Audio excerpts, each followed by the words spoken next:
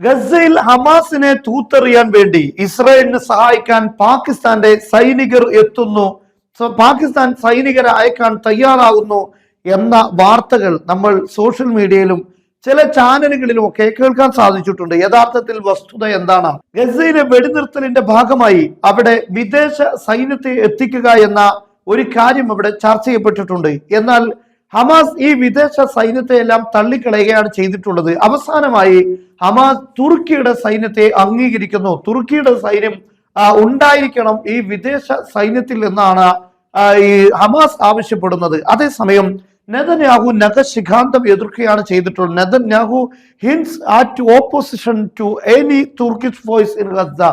ഗസയിൽ തുർക്കിയുടെ ഒരു സൈന്യവും ഉണ്ടാകാൻ പാടില്ല എന്നതാണ് നെതന്യാഹു സൂചിപ്പിക്കുന്നത്. മാത്രമല്ല ഇത് കർശനമായി നെതന്യാഹു പറയുകയും ചെയ്തിട്ടുണ്ട്. അതിന് കാരണമായി പറഞ്ഞിട്ടുള്ളത് ഹമാസും തുർക്കിയുമായി വലിയ ബന്ധമുണ്ട്, അതുകൊണ്ട് തുർക്കി ഹമാസിനെ സഹായിക്കും, അതുകൊണ്ട് തുർക്കി സൈനികർ അവിടെ പാടില്ല എന്നാണ്. യഥാർത്ഥത്തിൽ പാകിസ്ഥാന്റെയും അതുപോലെ തുർക്കിയുടെയും സൈന്യം എന്ന് പറയുമ്പോൾ അതിൽ വലിയ വ്യത്യാസങ്ങളില്ല. തുർക്കി എന്താണോ ഉദ്ദേശിക്കുന്നത് അത് തന്നെയാണ് പാകിസ്ഥാന്റെ സൈനികരിൽ നിന്നും ഉണ്ടാകാൻ പോകുന്നത്. പാകിസ്ഥാനും തുർക്കിയും ആ വിഷയത്തിൽ ഒരേ ട്രാക്കിൽ നിൽക്കുന്ന, ഒരേ ലൈനിൽ നിൽക്കുന്ന രണ്ട് രാഷ്ട്രങ്ങളാണ്. ഈ ഒരു സാഹചര്യത്തിൽ യൂറോപ്പിന്റെയും അമേരിക്കയുടെയും ഒക്കെ സൈനികർ അവിടെ വരിക എന്നത് പൂർണ്ണമായും ഹമാസ് തള്ളിക്കളയുന്ന കാര്യമാണ്, ഹമാസ് ഉൾക്കൊള്ളാത്ത കാര്യമാണ്.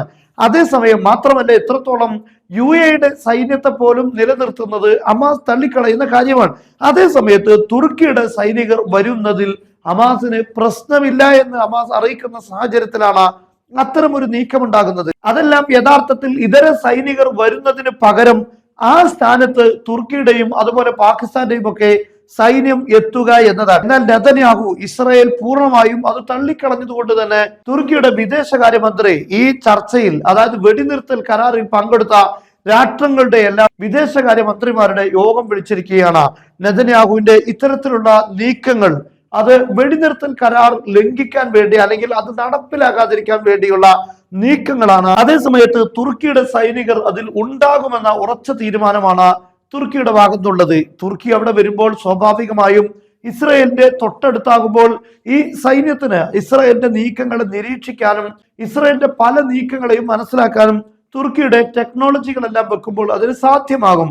അതുകൊണ്ട് തന്നെ തുർക്കിയുടെ സൈന്യം ഇസ്രായേലിന്റെ അതിർത്തിയിൽ വരിക എന്നത് ഒരിക്കലും ഇസ്രായേൽ ആഗ്രഹിക്കാത്ത കാര്യമാണ്.